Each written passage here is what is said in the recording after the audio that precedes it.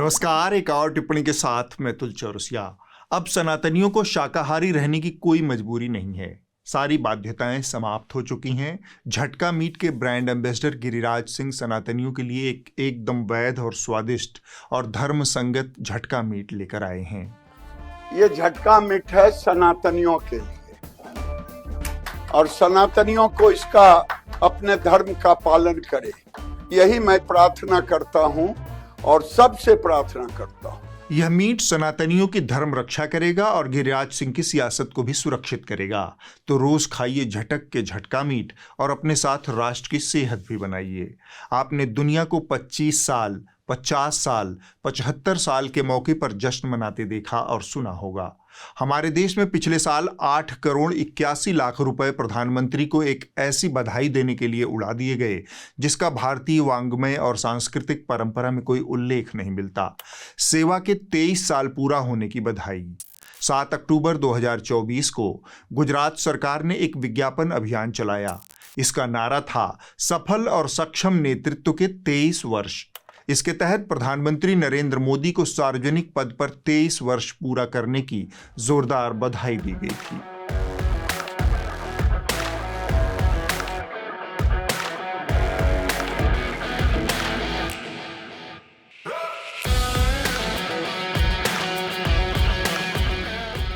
BBC ने गुजरात सरकार के सूचना विभाग से एक आरटीआई के जरिए इस विज्ञापन अभियान पर हुए खर्च की जानकारी निकाली है।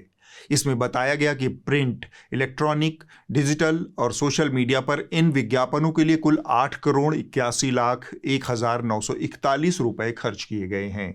ये दिल की लगी क्या कम होगी, ये इश्क भला क्या कम होगा, जब रात है ऐसी मतवाली फिर सुबह का आलम क्या होगा।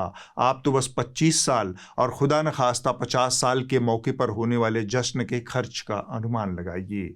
यह सोचकर मेरा दिल बैठा जा रहा था, तभी किसी ने बताया कि इसी साल मोदी जी एक दिन के लिए सऊदी अरब के दौरे पर गए थे।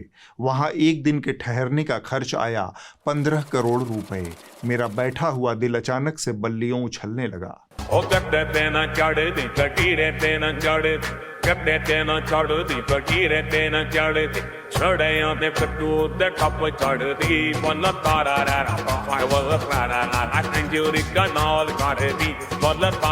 इसे यहीं छोड़ते हैं और कुछ दूसरी खबरें देख डालते हैं। बिहार पुलिस तो गजब है, भूत के खिलाफ ही दर्ज कर लिया मुकदमा। बांका जिले के शंभुगंज में मृत शिक्षक निरंजन कुमार के ऊपर फर्जी प्रमाण पत्र बनाने के आरोप में एफआईआर दर्ज हुई, जबकि निरंजन की मौत साल 2020 में ही हो चुकी है। अगली खबर इससे भी ज्यादा कौतुकपूर्ण है। इलाहाबाद हाईकोर्ट में अजीबोगरीब मामला सामने आया। कुशीनगर के शब्द प्रकाश ने अपनी मौत के 3 साल बाद एक एफआईआर दर्ज करवाई। पुलिस के आईओ यानी इन्वेस्टिगेशन ऑफिसर ने उस कथित भूत का बयान भी दर्ज किया। उस बयान के आधार पर चार्जशीट भी दाखिल की और फिर उस भूत ने अपनी याचिका इलाहाबाद हाईकोर्ट में 19 दिसंबर 2023 को दाखिल की। बाकायदा वकालतनामे पर भी दस्तखत किया। बिहार के सीवान जिले की एक बेतुकी खबर को भी जान लीजिए। एक महिला ने अपनी मुर्गी की हत्या का आरोप अपने देवर पर लगाया और पुलिस से एफआईआर दर्ज करने की फरियाद की। महिला का आरोप है कि उसका देवर उसकी मुर्गी के 2 अंडे रोज खा जाता था। विरोध करने पर देवर ने मुर्गी की हत्या कर दी। पुलिस ने इस मामले में एफआईआर दर्ज कर ली है और रिंकी देवी को न्याय दिलाने का भरोसा दिया है। न्याय का परचम हमारे देश में उस बुलंदी पर है जहां मुर्दों और मुर्गों को बिना भेदभाव के न्याय मिल रहा है। और तो और पूरी दुनिया ने देखा, खुद रामलला हाईकोर्ट और सुप्रीम कोर्ट में अपना केस लड़ रहे थे। निराकार, निर्गुण या सगुण, जिसमें भी आपकी आस्था हो, वो रामलला बिना सशरीर अदालत में उपस्थित हुए, बिना वकालतनामे पर दस्तखत किए अयोध्या के राम जन्मभूमि बाबरी मस्जिद विवाद में अंत तक पक्षकार बने रहे और अंततः केस जीतने में सफल भी हुए। न्याय का यह दुर्लभ कीर्तिमान सिर्फ इसी देश की सुप्रीम कोर्ट और हाई कोर्ट के नाम पर दर्ज है। भांति भांति के तरीकों से लोगों को न्याय मिल रहा है। अमूमन ऐसा भी देखने को मिलता है कि जो न्याय पाना नहीं चाहता है उसे भी पकड़ पकड़ कर न्याय दिया जा रहा है। आप सोच रहे होंगे कि इस महान राष्ट्र की न्यायप्रियता में मैं क्यों अटक गया। इसकी वजह है ये वाले भाई साहब।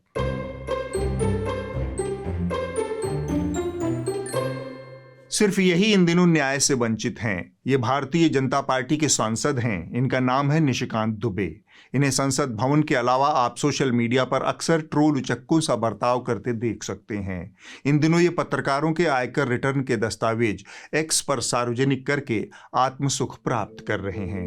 बूझो तो जाने ये किस महान पत्रकार का इनकम टैक्स रिटर्न है।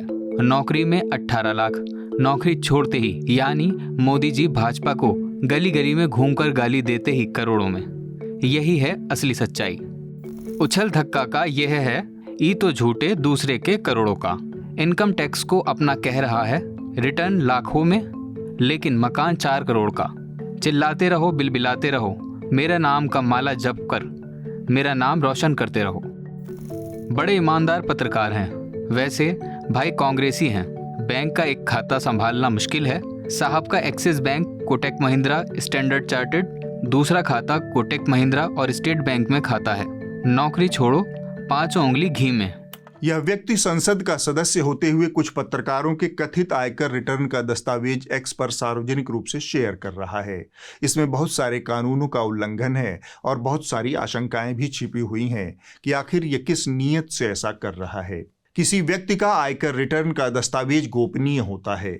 इनकम टैक्स विभाग उन सभी व्यक्तियों और संस्थाओं की गोपनीयता को बनाए रखने का वादा करता है जो ईमानदारी से अपना आयकर रिटर्न जमा करते हैं।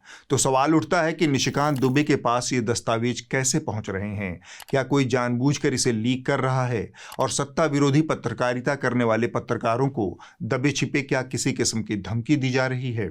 यही मोदी सरकार जब इलेक्टोरल बॉन्ड जैसी खूबसूरत फ्रॉड असंवैधानिक योजना लेकर आई थी, तब उसने सुप्रीम कोर्ट में बाकायदा हलफनामा देकर कहा था, आयकर रिटर्न को सार्वजनिक करना निजता के अधिकार का उल्लंघन है। आईटीआर को सार्वजनिक करना आयकर अधिनियम 1961 की धारा 138 का उल्लंघन है। इतने स्पष्ट कानूनों के बावजूद निशिकांत दुबे इन्हें लीक किए जा रहे हैं और इस व्यक्ति के खिलाफ न तो कोई कानूनी कार्रवाई हो रही है, न ही किसी को न्याय की पड़ी है। अपने बचाव में निशिकांत दुबे के 2 तर्क हो सकते हैं। एक तो यह कि मैंने किसी का नाम तो लिया नहीं, मैंने तो एक फर्जी दस्तावेज यूं ही हवा में उछाल दिया, लोग बेफालतू हल्ला मचा रहे हैं। उस स्थिति में आप कह सकते हैं कि देश का एक चुना हुआ सांसद सोशल मीडिया पर ट्रोल उचक्कों सा बर्ताव कर रहा है, उसका आचरण किसी भी संवैधानिक मर्यादा के दायरे से बाहर है। दूसरी वह स्थिति है जिसका जिक्र मैंने शुरुआत में किया कि मैं तो करूंगा, जो उखाड़ना हो उखाड़ लो। लगे हाथ आप निशिकांत दुबे के कुकृत्य की कानूनी स्थिति भी जान लीजिए। भारत का आयकर कानून बहुत स्पष्ट रूप से आयकर रिटर्न को लीक करने को अपराध मानता है। आयकर कानून की धारा 138 और 280 के तहत बिना अनुमति किसी का आईटीआर साझा करने पर 6 महीने जेल और जुर्माने का प्रावधान है। आईटी एक्ट की धारा 72 और 72A में डिजिटल लीक पर 3 साल कैद और 5 लाख जुर्माने का प्रावधान है। वहीं डिजिटल डेटा प्रोटेक्शन एक्ट में भी 250 करोड़ रुपए तक के जुर्माने का प्रावधान है। इसके अलावा ऑफिशियल सीक्रेट एक्ट्स में भी 3 साल तक जेल का प्रावधान है। सवाल बस इतना है कि दुबे का कृत्य किस किस कानून के दायरे में आता है। दुबे ने अपने बचाव में जो कुतर्क दिया है उसे भी देख लिया जाए। एक एक्स पोस्ट में दुबे ने लिखा, एक बात समझ में नहीं आई, पनामा पेपर्स, पैराडाइज पेपर्स या किसी का नामी बेनामी संपत्ति, बैंक अकाउंट पत्रकार जनता को बताएं तो खोजी पत्रकारिता, लेकिन मैं बताऊं तो कानून का उल्लंघन, घोर कलयुग। यह जवाब पढ़ने के बाद मेरा रहा सहा शक भी खत्म हो गया कि आखिर इस आदमी की शैक्षिक डिग्रियों पर सवाल क्यों उठते रहते हैं। इस व्यक्ति को भारत सरकार और पनामा पेपर्स या पैराडाइज पेपर्स का अंतर तक नहीं पता है।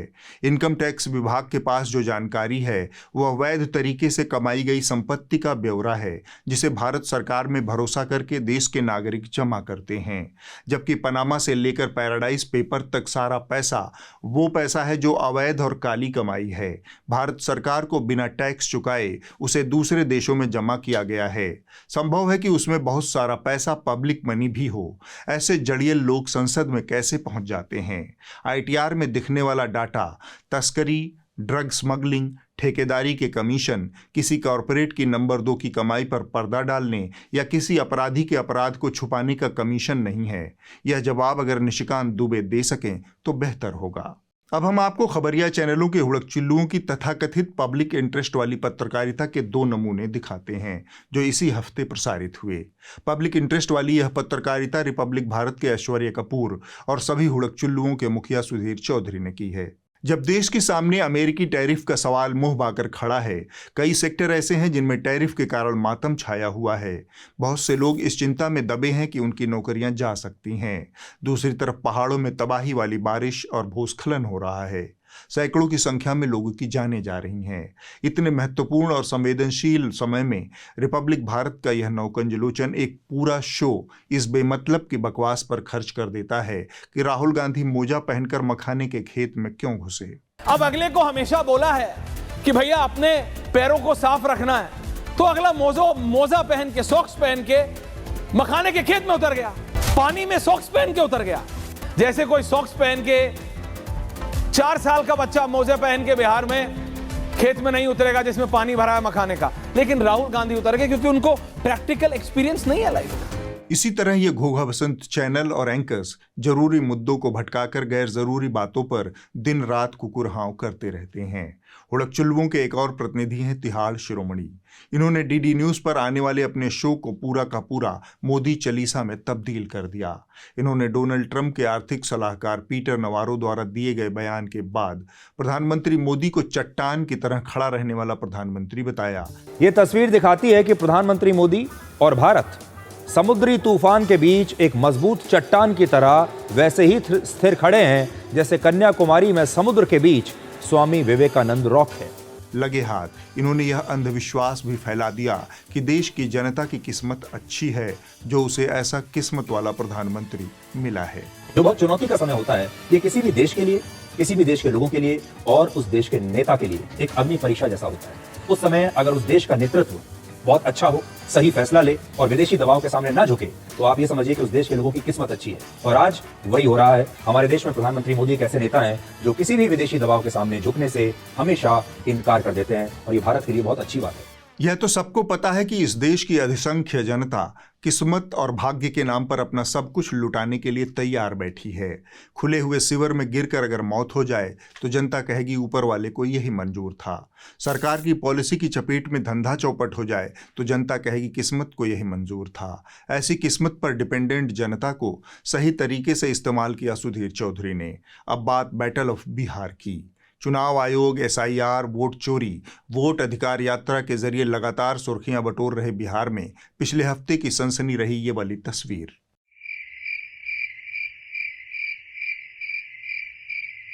पहले यह खबर बिहार पुलिस के हवाले से आई कि ये तीनों अफगानिस्तान, पाकिस्तान से निकलकर सीधे चुनावी राज्य बिहार में घुस गए हैं। यह खबर आग की तरह पूरे देश में हुड़क-चिल्लुओं ने फैला दी। खबर बिहार से, यहाँ पर आतंकियों के घुसने को लेकर अलर्ट जारी कर दिया गया है। बिहार पुलिस मुख्यालय ने अलर्ट जारी किया है कि नेपाल के रास्ते पाकिस्तान के 3 आतंकवादी बिहार में दाखिल हुए। चुनावी आपाधापी के बीच आतंकवादियों की घुसपैठ की खबर से प्रशासन ने प्रदेश में हाई अलर्ट जारी कर दिया है। उसमें से एक का नाम है हसनैन अली जो रावलपिंडी का रहने वाला है, दूसरा आदिल हुसैन जो उमरकोट से ताल्लुक रखता है, और तीसरा है मोहम्मद उस्मान, ये बहावलपुर का रहने वाला है। ये जैश ए मोहम्मद के खूंखार आतंकवादी बिहार में घुस चुके हैं। ये खबर ऐसे वक्त में आई साहब जब कुछ दिन पहले बिहार पुलिस ने पीएम मोदी की सुरक्षा को लेकर अलर्ट जारी किया था। लेकिन हर बार की तरह इस प्रायोजित मैन्युफैक्चर्ड खबर की पोल भी जल्द ही खुल गई और इसे खुद बिहार पुलिस ने ही खोला। बिहार पुलिस ने बयान देकर बताया कि तीनों संदिग्ध आतंकवादी बिहार में नहीं घुसे बल्कि वो नेपाल से सीधे मलेशिया चले गए। साथ ही पुलिस ने यह भी बताया कि यह मामला 15 अगस्त से पहले का है। इस बात की कहीं पुष्टि नहीं हुई कि ये लोग JEM के आतंकवादी जो संगठन है उसके मेंबर हैं या नहीं हैं, किंतु ये लोग उस नाम के ऐसे लोग नेपाल, दुबई से नेपाल आए थे और फिर उनका वो लोग फिर मलेशिया, उन लोगों को जाना था, वो लोग मलेशिया चले गए। भारत में एंटर करने का या भारत में आने की कोई साक्ष्य या किस तरह की कोई बात नहीं आई है प्रकाश में। यह तो बैटल ऑफ बिहार का छोटा सा क्षेपक था। मुख्य कहानी पर आते हैं। पिछले हफ्ते अपने वोट अधिकार यात्रा के दौरान कांग्रेस और RJD के नेता राहुल और तेजस्वी दरभंगा में थे। दोनों के स्वागत के लिए एक मंच सजाया गया था। उसी मंच से एक कांग्रेसी कार्यकर्ता ने प्रधानमंत्री नरेंद्र मोदी को मां की गाली दी। यह वीडियो सोशल मीडिया पर वायरल हो गया। गाली देने वाले व्यक्ति का नाम मोहम्मद रिजवी है। उसे गिरफ्तार कर लिया गया है। जिस वक्त यह घटना हुई उस वक्त राहुल गांधी या फिर तेजस्वी वहां मौजूद नहीं थे, लेकिन कुकुर झौं मच गई, पहले चैनलों पर, उसके बाद सड़कों पर। पहले आपको पीएम मोदी के खिलाफ राहुल गांधी की भी तो भाषा सुननी चाहिए, जिससे आपको यह समझ आ जाएगा कि क्यों इंडी गठबंधन के मंच पर कोई कार्यकर्ता अगर पीएम मोदी के खिलाफ इतनी नफरत निकाल रहा है तो वो कहां से आ रही होगी नफरत। कहने को तो मोहब्बत की दुकान खुली हुई है। पहले जिस मंच से राहुल गांधी और तेजस्वी यादव के समर्थन में नारे लगाए गए, कुछ देर के बाद उसी मंच का इस्तेमाल प्रधानमंत्री नरेंद्र मोदी के लिए गंदी गाली देने के लिए किया गया। क्योंकि इतना तो तय है कि मोदी की मां को गाली की गूंज आने वाले चुनावों में गठबंधन का पूरा गेम खराब कर सकती है। यार कोई जानता है, पूरा इतिहास है। और ऐसा लग रहा है कि अब कांग्रेस पार्टी में प्रधानमंत्री नरेंद्र मोदी को गाली देने की एक रेस चल रही है। प्रधानमंत्री को मां की गाली के मुद्दे पर पहले भाजपाई एंकर आग बबूला हुए, उसके बाद कांग्रेस और भाजपा कार्यकर्ताओं के बीच फ्री फॉर ऑल लठबाजी प्रतियोगिता हुई।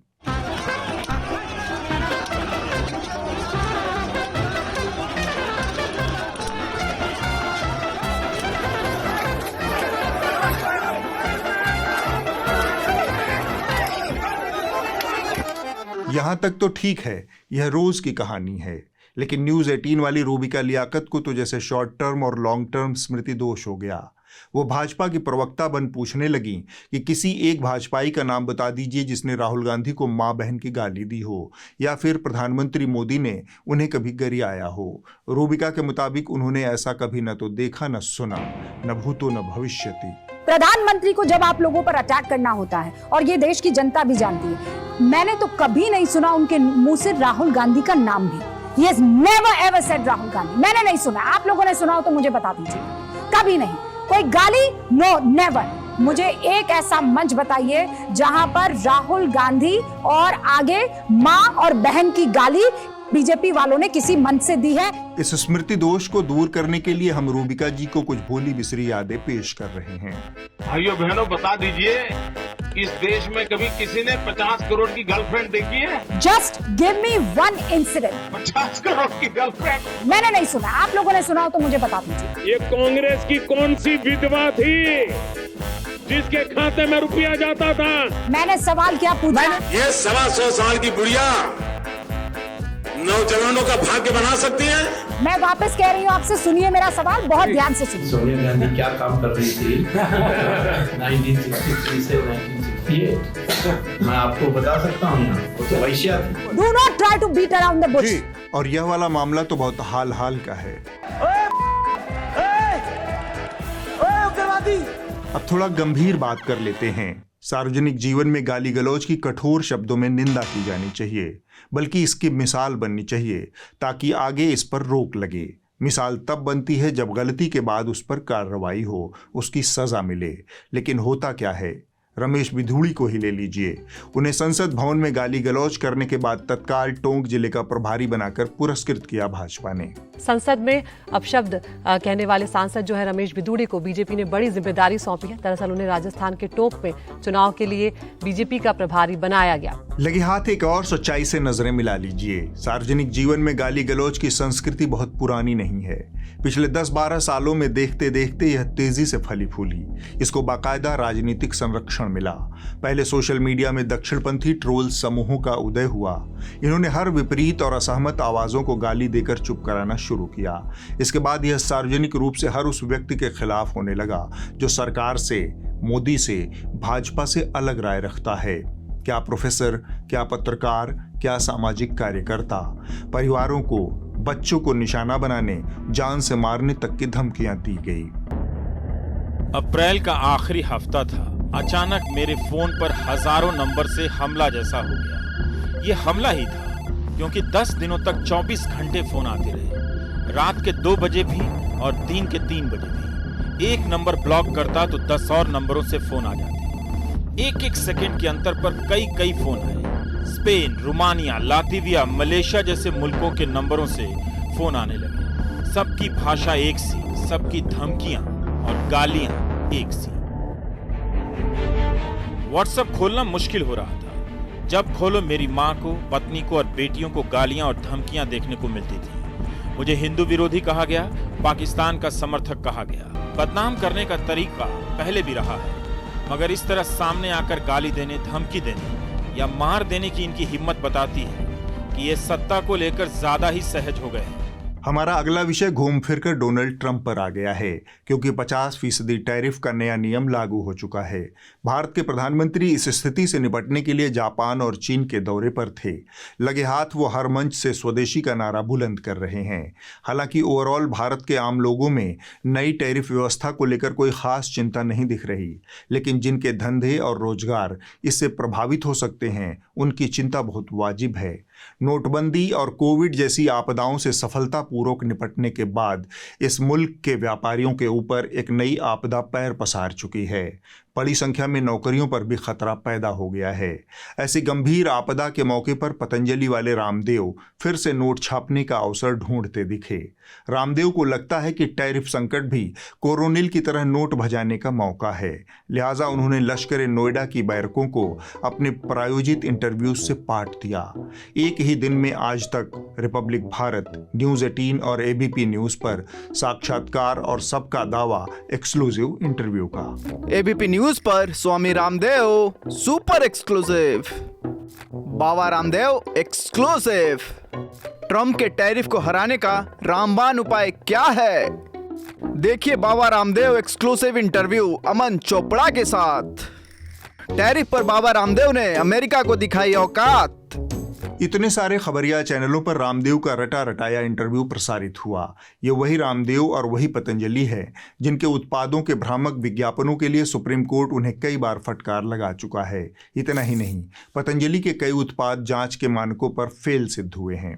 सुप्रीम कोर्ट ने मंगलवार यानी 21 नवंबर को बाबा रामदेव की कंपनी पतंजलि आयुर्वेद को फटकार लगाई और ये फटकार विज्ञापन के मामलों में लगाई गई है। इसके साथ ही कोर्ट ने कई सख्त टिप्पणियां करते हुए भारी जुर्माना लगाने की भी चेतावनी दी है। बाबा रामदेव ने दावा किया था कि उनके प्रोटेक्ट कोरोडील और स्वसारी में से कोरोना का इलाज किया जा सकता है।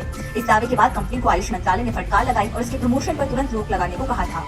2015 में कंपनी ने इंस्टेंट आटा नूडल्स लॉन्च करने से पहले FSSAI से लाइसेंस नहीं लिया था। इसके बाद पतंजलि को फूड सेफ्टी के नियम तोड़ने के लिए लीगल नोटिस का सामना करना पड़ा था। 2015 में ही कैंटीन स्टोर डिपार्टमेंट ने पतंजलि के आंवला जूस को खाने के लिए अनफिट बताया था। इसके बाद CSD ने सारे स्टोर्स में से आंवला जूस हटा लिया था। 2018 में भी एक ऐसा ही मामला सामने आया था जब FSSAI ने पतंजलि को मेडिसिन प्रोडक्ट गिलोय घरबट्टी पर 1 महीना आगे की मैन्युफैक्चरिंग डेट लिखने के लिए फटकार लगाई थी। लेकिन किसी भी चैनल ने रामदेव और पतंजलि के इस घटिया रिकॉर्ड पर कोई बात नहीं की। ऐसा इसलिए क्योंकि रामदेव की पतंजलि इन चैनलों को विज्ञापन देने वाली एक प्रमुख कंपनी है। जहां से माल आएगा उसके खटकर्मों पर पर्दा तो चैनल वाले डालेंगे ही। इसीलिए हम कहते हैं कि पत्रकारिता विज्ञापन से मुक्त होनी चाहिए। अगर ऐसा हुआ तो यह आपके हित की बात करेगी, जनहित की बात करेगी। न्यूज़ लॉन्ड्री विज्ञापन से मुक्त पत्रकारिता का मॉडल खड़ा करने का एक प्रयास है। इसे आपकी मदद की ज़रूरत है ताकि हम रामदेव और उनके जैसे लोगों से वो सवाल पूछ सकें जिनके जवाब उन्हें देने हैं, न कि सिर्फ बहिष्कार की लफ्ज़ी सुनने को मिले। मैकडॉनल्ड्स का, सबवे का, KFC का, कोका कोला का, पेप्सी का, एप्पल का और भी जितने भी अमेरिकन कपड़े हैं, जूते हैं, चप्पल हैं, जो भी उनके कॉस्मेटिक्स हैं, hair care, dental care, skin care, America की सारी कंपनियों का बहिष्कार करो तो अमेरिका में बगावत हो जाएगी ट्रंप के खिलाफ। कुछ मौकों पर रामदेव ने किसी छठे हुए अर्थशास्त्री की तरह अमेरिका के 50% टैरिफ से बच निकलने का रास्ता भी दिखाया। 80% पूरी दुनिया का व्यापार डॉलर में, तो पूरी दुनिया मेहनत करे और डॉलर में उसका जो क्रेडिट है पूरा का पूरा अमेरिका लेकर के बैठ जाए। एक तरह से ये आर्थिक अन्याय है, आर्थिक अपराध है। जिस तरह से चाहे वो वर्ल्ड बैंक हो, IMF हो, UNO हो, WTO हो, सब वैश्विक संस्थाओं के ऊपर अमेरिका ने एकाधिकार कहो या दादागिरी कहो, और अब तो फिर उसमें गुंडागर्दी जैसी स्थिति आ गई, इस तरह से कायम कर दी है। भारत, चाइना, रसिया और मिडिल ईस्ट के भी कुछ देश भारत के दोस्त हैं। इसमें यूरोप के भी कुछ देश एक साथ मिल गए तो एक न्यू वर्ल्ड ऑर्डर तैयार हो जाएगा। पैसे वाला है, कम पैसे वाला है। एप्पल के शोरूम पर कोई भारतीय दिखना नहीं चाहिए। इंटरव्यू में इन तमाम असाधारण वादों और दावों के साथ रामदेव ने एक साधारण कला का प्रदर्शन भी किया। किसी सधे हुए मौका परस्त की तरह उन्होंने पतंजलि का विज्ञापन सरकाने में कोई शर्म नहीं दिखाई। उनके मुताबिक पतंजलि के उत्पाद ही एकमात्र समाधान है जिससे अमेरिका और ट्रंप को सबक सिखाया जा सकता है। और अगर कोई रामदेव से यह पूछ ले कि आपदा में भी वो नोट छापने की बेशर्मी कहां से लाते हैं, तब रामदेव स्वदेशी का चूरन पकड़ाकर देश का पैसा देश में ही रहने का ज्ञान बांटते हैं। हमारा सारा व्यापार परोपकार के लिए, हमारा सारा अर्थ परमार्थ के लिए, और हमने करके दिखा है। देश का पैसा देश में रहे, देश की सेवा में रहे। अब आप इस हफ्ते की रिपोर्ट देख लीजिए। जो कही जा रही थी बातें कि अंदर में भी सोशल डिस्टेंसिंग। इस हफ्ते की रिपोर्ट बीबीसी हिंदी से है। भारत पर अमेरिका द्वारा लगाया गया 50% टैरिफ लागू हो गया है। इस टैरिफ का तनाव उत्तर प्रदेश के कानपुर उन्नाव के चमड़ा उद्योग पर भी देखने को मिल रहा है। व्यापारियों को टैरिफ की वजह से संभावित नुकसान की चिंता है, तो दूसरी तरफ इस उद्योग में काम करने वाले मजदूर अपने रोजगार को लेकर परेशान हैं। अब कर्जा लिया था हमने, घर बनवाया था, बैठने के लिए छाया नहीं थी, तो हमने कर्जा लेके घर बनवाया।